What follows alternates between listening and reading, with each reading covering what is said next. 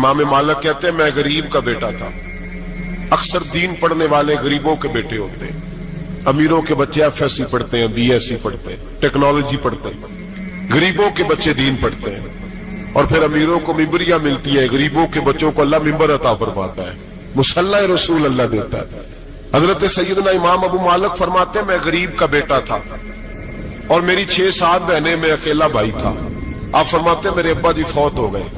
میری امی پکڑ کے مجھے ایک دھوبی کی دکان پہ لے گئی, کہنے لگی اسے کپڑے دھونے کا طریقہ بتا دے, سلیقہ سمجھا دے, یہ بھی ایک چھوٹی سی لانڈری کی دکان کھول لے گا, میری بیٹیوں کا پیٹ پالے گا.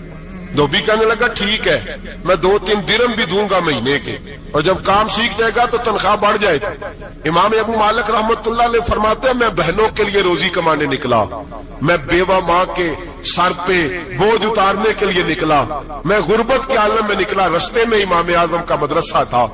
فرماتے میں وہاں چمکتے چہرے دیکھتا, لیکن اپنی غربت کو دیکھ کے میں آگے بڑھ جاتا, پریشان ہوتا کہ میں کیسے علم حاصل کروں گا. آپ فرماتے امام صاحب مجھے اکثر دیکھتے. ایک دن امام اعظم باہر نکلے, مجھے کھڑے ہوئے دیکھا تو قریب بلایا, سینے سے لگایا, ماتھا چوما. کیا نام ہے؟ میں نے کہا ابو مالک میرا نام ہے. کہا تمہیں پڑھنے کا شوق ہے؟ کہا بڑا شوق ہے. کہنے لگے چل آ جا پڑھا کر, آ جا مدرسے میں پڑھا کر. کہتے میں سارا دن وہاں پڑھتا, گھر سے کام کرنے آتا, سارا دن امام اعظم کے پاس پڑھتا رہتا. مہینہ آیا تو میری اماں کہنے لگی تنخواہ لاؤ.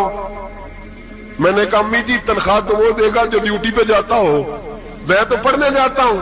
کہتے اماں گھر سے نکلی اور بڑے غصے کے ساتھ نکلی, کہنے لگی مولوی نے میرا بچہ خراب کر دیا, میرا بچہ خراب کر دیا. میں کام پہ بھیجتی تھی, اس نے کس چکر میں ڈال دیا, مسلوں سے بھی کبھی پیٹ بھرا ہے, کام بھی تو کرنے چاہیے نا. کہتے امام اعظم کے سامنے کھڑی ہوئی. امام صاحب بڑے امیر کبیر آدمی, اربوں خربوں پتی, اور پھر اتنے بڑے عالم فقیر, سارا بغداد, سارا کوفہ, سارا مصر سلوٹ کرتا ہے. بی بی آئی اور تیز جملے, عورتوں کا طریقہ ہوتا ہے. کہنے لگی مولوی تیری سفید داڑھی, تیرا اتنا نام, تجھے خیال ہی نہیں آیا میں بیوہ عورت ہوں, تو نے میرا بچہ خراب کر ڈالا, میری یتیم بچیاں روٹی کہاں سے کھائیں گی, مسلوں سے بھی کبھی پیٹ بھرا ہے. کہتی اتنے سخت جملے کہے, پر قربان جاؤ امام اعظم سنتے رہے اور مسکراتے رہے.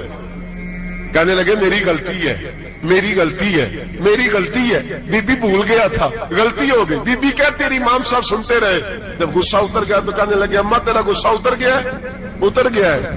کہنے لگے تیرا بیٹا بڑا نیک ہے, تیرا بیٹا بڑا لائق ہے, تو اسے پڑھنے دے. کہنے لگے چپ کر بے مولوی, یہ پڑھے گا تو میں روٹی کہاں سے کھاؤں گی. امام صاحب کہنے لگے مجھے بتائے گی تیرے گھر کا خرچہ کتنا ہے. اس نے ایک لفظ پہ 3 دینار کا, ایک روایت ایسی بھی لکھی ہے بزرگوں نے, کہنے لگی 40 درہم ہے. اور اماں کہتی میں نے جان بوجھ کے زیادہ بتائے, حالانکہ میں کناب کا خرچہ کرتی تھی, لیکن جب کھلا ڈلا کرے تو وہ والا خرچہ بتایا. میں نے کہا 40 درہم خرچہ ہے, تو دے گا؟ تو کہتے امام اعظم کہنے لگے اماں تجھے لینے نہیں آنا پڑے گا, پہلی سے پہلے تیرے گھر میں پہنچ جایا کریں گے, یکم سے پہلے آئیں گے. او بھائیو کہاں استاد ملتے ہیں, کہاں استاد ملتے ہیں, کہاں وہ لوگ ملتے ہیں جو دعائیں مانگتے, التجائے کرتے, پیار کرتے. گزر گیا وہ دور, اب تو سوٹ لینے کا دور ہے, مٹھائیاں لینے کا دور ہے, ہاتھ ڈلوانے کا دور آیا ہے. اب کون پوچھتا ہے, اب تو پوچھتے تو میرے لیے کیا لایا ہے. حضرت سیدنا امام اعظم ابو حنیفہ رحمت اللہ علیہ 1 دن نہیں, 2 دن نہیں, 4 دن نہیں, 5 مہینے نہیں, 20 سال تک, کہنا آسان, بولنا آسان, سننا آسان, 20 سال تک امام ابو مالک کے گھر میں خرچہ دیتے رہے, وہ پڑھتے رہے. اماں کہنے لگی تو میرے بیٹے کو لگا تو لیا ہے, تو پڑھ کے بنے گا کیا. حضرت امام اعظم فرمانے لگے بادشاہوں کے تخت پر بیٹھ کر بادشاہوں کے ساتھ کھانے کھایا کرے گا, ان کے ساتھ بیٹھ کے حلوہ کھائے گا, وقت آئے گا وہ دیکھے گی. کہتے ہیں میرے امام انتقال کر گئے, وقت بیت گیا. ہارون رشید نے مجھے بلایا بغداد میں اور کہا میں آپ کو چیف جسٹس بنانے لگا ہوں. کہتے ہیں میں خوشی سے سجدے کرنے لگا, میں چیف جسٹس بنا. میں نے اپنی اماں کو خط لکھا کہ اماں بغداد آ جا, تیرے بیٹے کو اللہ نے بڑی شان عطا کر دی ہے. فرماتے ہیں ہارون رشید کی بیوی بڑی اولیاء کی, علماء کی بڑی فرما بردار تھی, محبت کرنے والی تھی. اس نے حلوہ بنا کے بھیجا، کھانا بنا کے بھیجا۔ ہارون رشید تخت پہ بیٹھ کے کھانے لگا تو کہنے لگا امام صاحب آپ بھی یہیں آ جائیں میرے ساتھ۔ کہتے ایک کونے میں وہ بیٹھ گیا، ایک میں بیٹھ گیا، بیچ میں کھانا رکھ لیا۔ اتنی دیر میں میری اماں بھی پہنچ گئی۔ 2 لقمے کھائے تھے کہ اماں آ گئی۔ جب اماں نے مجھے تخت پہ بیٹھے دیکھا، ایک یتیم، ایک لاوارث، ایک بن باپ کا بچہ، وہ کل تک جو بہنوں کے لیے 4 دینار نہیں لا سکتا تھا، تخت پہ بیٹھ کے جب روٹی کھاتے دیکھا تو اماں تڑپ گئی، روئی، چیخیں ماری۔ میں نے کہا اماں کیا ہوا؟ کہنے لگی بیٹا مجھے تیرا استاد یاد آ گیا ہے، اس نے کئی سال پہلے کہا تھا اسے دین کا علم پڑھنے دے، اسے فقیہ بننے دے، یہ بہت آگے جائے گا۔ دیکھ آج اللہ نے تجھے کتنی شان عطا کی ہے۔ کہا بیٹا یہ کمال تیرا نہیں، یہ امام اعظم ابو حنیفہ کا کمال ہے، یہ ان کا کمال ہے جنہوں نے تمہیں یہاں تک پہنچایا۔ میرے بھائی اپنی پوری زندگی حضرت امام اعظم ابو حنیفہ نے۔ آج تو اساتذہ کرام، اساتذہ مجھ سے ایک ٹیچر کہنے لگی حضرت جی دل نہیں لگتا، بے سکونی سی ہے، کچھ بتلائیں۔ تو میں نے کہا کلاس میں کوئی یتیم بچہ ڈھونڈ لیں، کوئی لاوارث بچہ ڈھونڈیں، اس کی وردی اپنے ذمے لے لیں، کتابیں اپنے ذمے لے لیں، اس کا خرچہ اپنے ذمے لے لیں، روز جیب میں ٹافیاں ڈال کے جایا کرے کہ غریب کو دینی ہے۔ پر میں 2 مہینے یہ والا وظیفہ بھی پڑھ کے دیکھے، اللہ آپ کو سکون عطا کرے گا۔ یہ بھی کہنے لگے بڑی ٹھنڈک ہوئی ہے، بڑا سکون ملا ہے، بڑی تابع داری۔ میں نے کہا آپ لفظوں سے سکون چاہتے ہیں، وہ لوگ خدمت کر کے سکون لیتے تھے۔ کوفے کا ایک امیر آدمی تھا، پھر غریب ہو گیا۔ غریب، غربت بڑی پریشانی ہے، بڑی پریشانی، بڑی آزمائش۔ غریب بیوقوف اس لیے ہوتا ہے کہ اس کی جیب میں پیسے نہیں ہوتے۔ غریب مجبور اس لیے ہوتا ہے کہ اس کے پاس ہوتا کچھ نہیں نا، تو ساری آزمائشیں اکٹھی آ جاتی۔ غریب آدمی تھا، محنت مزدوری کرتا لیکن پوری نہ ہوتی۔ وہ کہتا ایک دن گلی میں ککڑی بیچنے والا آیا، تو میری ایک بیٹی تھی چھوٹی سی، باقی بچے بڑے تھے، چھوٹی ضد کرنے لگی، کہنے لگی ککڑی کھانی ہے، ککڑی۔ کہتے میں پریشان ہو گیا، دل ٹوٹ گیا، بیٹی نے سوال کیا ہے۔ فرماتے میں نے سوچا کس کے پاس جاؤں، کسی اور کے پاس مجھے سمجھ نہ آیا، میں سیدھا امام اعظم کے پاس چلا گیا۔ یہ شخص ہے جو مجھے دے گا بھی اور میرا پردہ بھی رکھے گا، مجھے دے گا بھی اور میرا، بولیے، میرا یہ پردہ بھی رکھے گا، یہ رسوا نہیں کرے گا، یہ فوٹو نہیں کھچائے گا، یہ فوٹو کھچا کے پہلے دن فیس بک پہ نہیں لگائے گا کہ میں غریبوں میں تھیلے بانٹ رہا ہوں، یہ اسی وقت اخبار والوں کو نہیں بلائے گا ایک تھیلا اور 6 اخباروں میں تصویریں، یہ اس طرح نہیں خیرات دے۔ حضرت امام اعظم کے پاس گیا تو فرماتے رش بہت زیادہ تھا، میں امام صاحب سے بات ہی نہ کر سکا، واپس آ گیا۔ امام صاحب نے بندہ بھیجا، فرمایا پتہ کر یہ بندہ کسی ضرورت کے لیے آیا تھا، رش کی وجہ سے بات نہیں کر پایا۔ کہتے واپس میرے پیچھے بندہ بھیجا، وہ میرے گھر تک آیا، گھر آ کے اس کو حالات کا پتہ چل گیا، واپس گیا۔ کہتے ہیں 3 تھیلیاں اشرفیوں کی بھر کے امام اعظم لائے اور خود آئے اور رات کے اندھیرے میں آئے اور مجھے تھیلیاں دے کے نا تو میرے آگے ہاتھ باندھ دیے۔ میں نے کہا حضور ہاتھ کیوں باندھتے ہیں؟ آپ فرمانے لگے یار دکھ اس بات کا ہے کہ تو میرا پڑوسی تھا اور تیری غربت کا مجھے پتہ ہی نہیں چلا، تو میرے علاقے کا تھا اور میں نے سوچا ہی نہیں، میرا اپنا تھا مجھے خیال ہی نہیں آیا۔ فرمایا معاف کر دے، میری شکایت نہ کرنا کہ یہ میری طرف توجہ نہیں کرتا۔ علم بھی تھا، عمل کا نور بھی تھا، تقوی کا حسن بھی تھا، غریب کی مدد کا جذبہ بھی تھا۔ آج لوگوں پر مال کا فتنہ سوار ہوتا ہے، سب پر نہیں لیکن زیادہ لوگوں پر۔ جیسے جیسے مال آتا جاتا ہے ویسے ویسے عقل بھی آتی جاتی ہے، ویسے ویسے سیانے بھی ہوتے جاتے ہیں۔ کہتے ہیں وہ بھی کمائے وہ بھی کرے، میں تو ٹیکنیکلی بڑا ہوں، میں عقل مندی، میں بڑی نہ بہن کی فکر رہتی ہے، نہ بھانجوں کی فکر رہتی ہے، نہ رشتہ دار کی فکر رہتی ہے، نہ دائیں بائیں کچھ دیکھتے ہیں۔ لوگ جیسے جیسے پاورفل ہوتے جاتے ہٹتے جاتے، کٹتے جاتے، امیروں سے گرانے لگتے جاتے، آگے کی طرف دیکھتے جاتے۔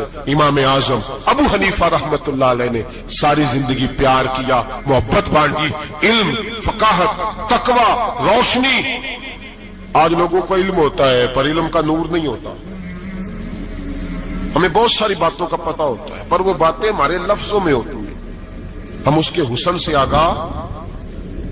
اور اگر میں یہ کہہ دوں کہ ہمیں ان باتوں پر یقین کامل نہیں ہوتا، کہہ رہے ہوتے ہیں، ہم سمجھتے بڑی باتیں کرتے ہیں لیکن ان باتوں کے پیچھے جو عمل کا جذبہ ہے وہ پھیکا ہوتا۔ امام اعظم ابو حنیفہ رحمت اللہ تعالی علیہ جتنے بڑے عالم تھے،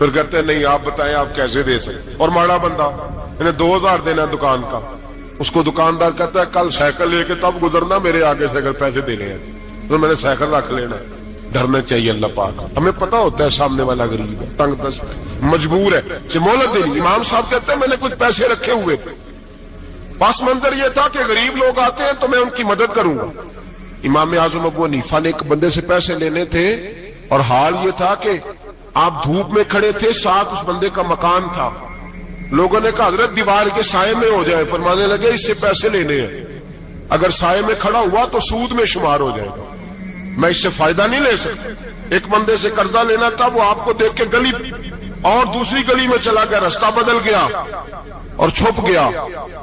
امام صاحب رونے لگے, کہنے لگے اے اللہ میں اتنا برا ہو گیا ہوں کہ تیرے بندے مجھ سے چھپنے لگے. اس کو ڈھونڈ کے لائے, کیوں چھپتا ہے؟ کہا حضور آپ کے پیسے دینے ہیں. آپ نے فرمایا جا میں نے اللہ کی رضا کے لیے معاف کیے, آج کے بعد چھپنا نہ, اس لیے میں نہیں چاہتا کہ تجھے کوفت ہو. تو میری طرف دیکھ کے چھپنے لگا ہے, میری طرف دیکھ کے. غریب تو بھائی گلیوں میں گھستے پھرتے ہیں کہ کوئی بندہ مل نہ جائے. مقروض آدمی, پتہ اس وقت چلتا ہے جب خودکشی کر گیا, پتہ اس وقت چلتا ہے پھر لوگ آتے ہیں اس کے بچوں کو کہتے ہیں فکر نہ کرنا ہم تیرے ساتھ ہیں. اس کے ساتھ ہونا تھا, ان کا سایہ بچ جاتا. اب آئے ہو امام اعظم ابو حنیفہ رحمت اللہ تعالیٰ علیہ لوگوں کو سہولت دیتے, آسانی دیتے, پیار کرتے, محبت کرتے. ہم لوگوں کا مزاج ایسا نہیں ہے, ہماری اخلاقیات کے اندر وہ حسن نہیں جو ہمارے بزرگ ہمیں دے کے گئے. اور پھر چھوٹی چھوٹی باتوں میں حقوق العباد کا خیال کرتے, چھوٹی چھوٹی باتوں. ہم تو گالی دے کے بھی کہتے ہیں نا چل کیا ہو گیا, گالی دی ہے نا. میں نے دیکھا ہے سائیکل والے کی ٹکر اگر پجارو والے کے ساتھ ہو جائے تو معافی سائیکل والے نے مانگنی ہے, کیونکہ وہ سائیکل پہ بیٹھا ہے نا. اس کی غلطی یہ ہے کہ وہ سائیکل پہ بیٹھا ہے, معافی سائیکل والے نے مانگنی ہے, پجارو والا نہیں مانگے. ہو سکتا ہے سائیکل والا اٹھ کے کہے جناب مجھ سے غلطی ہو گئی, مجھے پتہ ہی نہیں تھا کہ آپ تھے, ورنہ میں آپ کے آگے نہ آتا. سائیکل والا مجبور ہے کیونکہ اس کے پاس پجارو نہیں, اور پجارو والا تو شیشہ نہیں نیچے کرتا, کہتا دھوپ آئے گی, گاڑی بڑی مشکل سے ٹھنڈی کی ہے. نیچے اتر کے ملازم کہتا ہے اس کو پوچھو اگر کوئی 200-400 کا نقصان ہوا تو 500 دے دو. مزاج ہے. امام اعظم ابو حنیفہ رحمت اللہ علیہ عالم, حقوق العباد کا چھوٹی چھوٹی. آپ کے شاگردوں میں سے کسی کے چہرے پر شکن آتا تو 20 بار پوچھتے کوئی پریشانی ہے میرے بیٹے کو, کیا ہو گیا. ساری زندگی سایہ دار شجر کی طرح گزاری, ساری زندگی شاگردوں پر مریدوں پر محبت کا سائبان رہا, ٹھنڈی چھاؤں رہی امام صاحب کی. امام اعظم ابو حنیفہ رحمت اللہ تعالی علیہ گلی سے گزر رہے تھے, لکڑی کے جوتے پہنا کرتے تھے, کھڑاؤں. ایک نوجوان بچے کے پیر پہ پیر آ گیا تو کہنے لگا امام اللہ سے ڈر جا. یہ لفظ گئے تو امام صاحب کی چیخ ہی نکل گئی. کئی گھنٹے بے ہوش رہے. لوگوں نے کہا حضور کیا ہوا؟ فرمانے لگے تم نے سنا نہیں, چھوٹے چھوٹے جوان بھی کہتے ہیں کہ ابو حنیفہ اللہ سے نہیں ڈرتا, اللہ کی مخلوق کہتی ہے نہیں ڈرتا. اگر یہ کہہ رہے ہیں تو میرا کیا بنے گا. کئی دن روتے گزر گئے. لوگ اس بچے کو لائے, آگے کہنے لگا حضور آپ تو پریشان ہو گئے, میں نے تو محاورتاً کہا تھا کہ آپ اللہ سے نہیں ڈرتے. فرمانے لگے بیٹے مجھے محاوروں کا نہیں پتا, جب رب کے خوف کا نام آتا ہے تو جملے سیدھے میرے دل سے جا کے ٹکراتے, سیدھے دل سے جا کے ٹکراتے. گلی سے گزر رہے, لکڑی کے جوتے پہنے, کھڑاؤں, بارش ہے, کیچڑ ہے. ایک دیوار کے قریب سے گزرے تو تھوڑا سا کیچڑ اڑ کے نا تو دیوار پہ پڑ گیا. یہاں ٹرالی والا ساری دیوار توڑ جاتا ہے اور کہتا ہے چلو میں نے کون سا جان بوجھ کے کیا ہے. یہاں لوگوں کا گھر توڑ جاتے ہیں, کہتے ہیں چلو بتاؤ کتنا خرچہ آیا تھا. فوری طور پہ لوگ ماننے کو تیار ہی نہیں. امام صاحب کے پیروں سے یہ باریکی سمجھے, یہ حقوق العباد کا مسئلہ ہے. جو جاننے والے ہوتے تھے ان کا یہ طرز زندگی تھا. کیچڑ اڑا پیروں سے اور ایک آدمی کی دیوار پہ پڑ گیا. امام صاحب کھڑے ہیں, سوچ رہے کروں تو کیا کروں. شاگرد ساتھ ہیں, حضرت جی کیا پریشانی ہے. آپ فرمانے لگے میں نے اس کی دیوار گندی کر دی ہے, صاف نہ کروں تو بھی ظلم ہے, اور اگر صاف کروں تو دیوار کچی ہے. جب صاف کروں گا تو کچھ مٹی اتر جائے گی, تو کسی کے گھر کی مٹی اتارنا یہ بھی ظلم ہے. اب میں دو پریشانیوں میں الجھ گیا ہوں, کدھر جاؤں. کہا حضرت جی پھر. فرمایا اس کے دروازے پہ دستک دو. دروازے پہ دستک دی تو جو بندہ باہر آیا وہ مجوسی تھا, آگ کی پوجا کرنے والا تھا. امام صاحب کہنے لگے مجھے جانتے ہو؟ کہنے لگے حضور سارا کوفہ جانتا ہے, سارا بغداد جانتا ہے, ساری دنیا جانتی ہے آپ مسلمانوں کے امام ہیں, لوگ جانتے. آپ نے فرمایا یار مجھ سے غلطی ہو گئی ہے. وہ کیا؟ آپ فرمانے لگے میں اپنے انداز میں گزر رہا تھا, بوڑھا آدمی ہوں, خیال نہیں آیا, تھوڑا کیچڑ اڑ کے تیری دیوار پہ لگ گیا ہے. میرے بھائی یہ کوئی فرشتے تھوڑی تھے, یہی زمین پہ بسنے والے لوگ, احتیاط والے لوگ. ہم لوگوں نے پتہ نہیں اپنا مزاج اتنا سخت کیوں بنا لیا ہے. کتنے لوگوں کو لتاڑ کے, کتنی پگڑیاں اچھال کے, کتنے حقوق و لباس ضائع کر کے بھی ہم اسی طرح کے مطمئن ہیں. کہاں سے تسلی لاتے ہیں ہم, کہاں سے اپنے آپ کو ٹھنڈک دیتے ہیں, کیسے اپنے آپ کو ہم سکون دے لیتے ہیں کسی کو تکلیف دے کے. کس طرح سکون کی نیند آتی ہے جب کوئی پریشان ہوتا, کیوں ہمارا دل پتھر ہو گیا. اعلیٰ حضرت فرمایا کرتے تھے جا کسی سے جا کے علاج کرا, تیرے سینے میں جو دل دھڑک رہا ہے وہ سخت ہو گیا, جا کسی سے جا کے اس کی دوائی کھا, تجھے خیال ہی نہیں آتا تڑپتے لوگوں کو دیکھ کر, جا کے علاج کرا, اگر ایسے ہی مر گیا تو حالات تیرے حق میں اچھے نہیں ہوں گے. حضرت امام صاحب تڑپ رہے ہیں اور اس شخص کے سامنے آہوزاری کر رہے ہیں جو مجوسی بھی ہے, غریب بھی ہے, کچے گھر میں رہتا ہے. فرمایا یار بتاؤ کیا کروں. امام صاحب باتیں کر رہے ہیں تو وہ آدمی حیرت میں کھو گیا, کبھی دیوار دیکھتا, کبھی اپنا آپ دیکھتا, کبھی امام صاحب کو دیکھتا, دائیں بائیں دیکھتا, پسینے آنے لگے, پتہ نہیں کیا سوچوں کا مد و جزر چلنے لگا, کہاں بات گئی, کہاں تک اس کی سوچ گئی, کہاں پلٹ کے آئی. کہنے لگا امام صاحب میں تو چوک میں رہتا ہوں, روزانہ پتہ نہیں کتنی گاڑیاں مٹی برسا جاتی ہیں, کبھی کوئی نہیں آیا, آپ کو کیا ہوا؟ آپ فرمانے لگے مجھے کسی کا نہیں پتا, مجھے تو میں نے جو قرآن حدیث پڑھا ہے مجھے تو ڈر آ رہا ہے, مجھے بتا تو معافی دیتا ہے کہ نہیں, تیری دیوار صاف ہوگی کہ نہیں. کہنے لگا حضور دیوار کو چھوڑے, پہلے کلمہ پڑھائے, میرا دل تو صاف کر دے. کہنے لگا اتنا میٹھا دین, اتنا پیارا دین, اتنا خوبصورت دین کہ غریب کی دیوار پر کیچڑ لگ جائے اور آپ کو اتنی تکلیف ہو, میں اس دین سے دور کیوں ہوں. یہاں روز یورپ کہتا ہے کہ مسلمان جھوٹی شادیاں کرتے ہیں, دنگا فساد کرتے ہیں, نیشنلٹی لینے کے لیے جھوٹ بولتے ہیں, جانے کس کس قسم کے لوگ پاپڑ بیلتے ہیں, کس طرح اپنا ایمان بیچتے ہیں, کیا انداز ہم اختیار کرتے ہیں. ہمارے کردار نے لوگوں کو مذہب اور دین کا باغی بنا دیا. ہمارے بزرگوں کا طریقہ یہ تھا کہ چھوٹی چھوٹی باتوں کا خیال کریں, چھوٹی چھوٹی باتوں کا. بہت بڑے عالم تھے, یہ ساری نیکیاں تو ان کی سماجی تھی, فلاحی تھی, ان کی معاشرت کی نیکیاں تھی, دنیا داری. لیکن جو ان کا باقی کا معاملہ تھا, 4 لوگ ایسے ہیں جو ہمیشہ قرآن پاک ایک رات میں پڑھا کرتے تھے. ان میں پہلا نام حضرت عثمان غنی کا ہے, پورا قرآن پاک. دوسرا مولا علی شیر خدا کا ہے.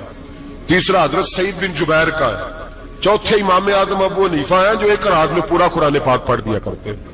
جس جگہ امام اعظم کی قبر بنی ہوئی ہے نا, اعظمیہ ایک محلہ ہے بغداد کا, اس کا نام ہی اعظمیہ, امام صاحب کے نام ہے, جہاں قبر بنی ہوئی ہے.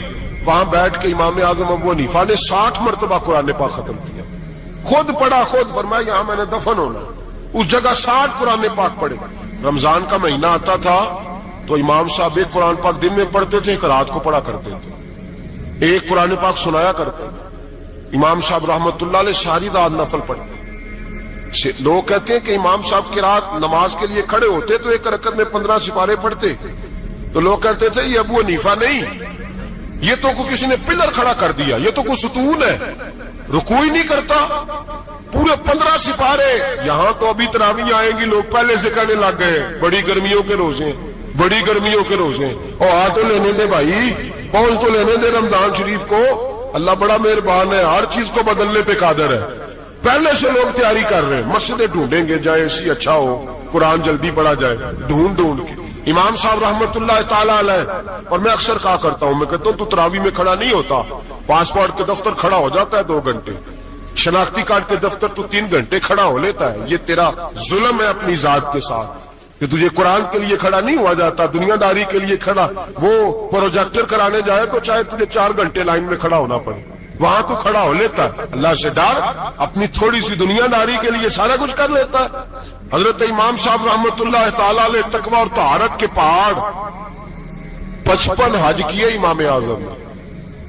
کتنے؟ 55 حج فرمائے. حج ایک مشقت والا کام ہے, جدوجہد والا کام ہے.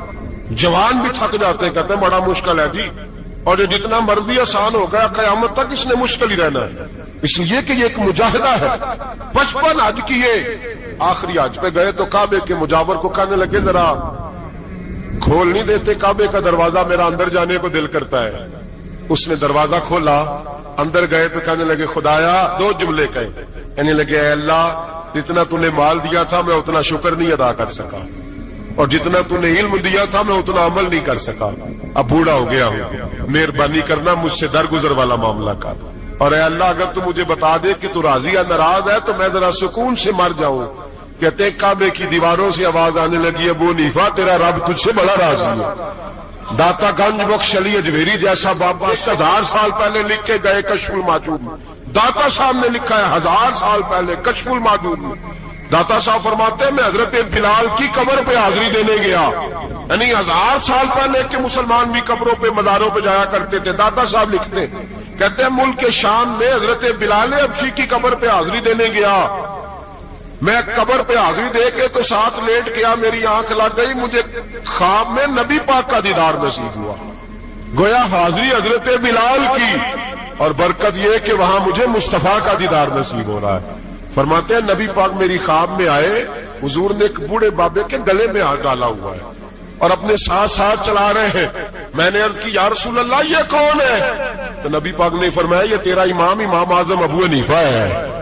فرماتے ہیں مجھے سمجھ آ گئی کہ امام اعظم بھٹک اس لیے نہیں سکتے کہ انہیں رسول پاک نے سارا عطا فرمایا ہے, وہ بھٹک اس لیے نہیں سکتے کہ نبی پاک نے انہیں سارا دیا.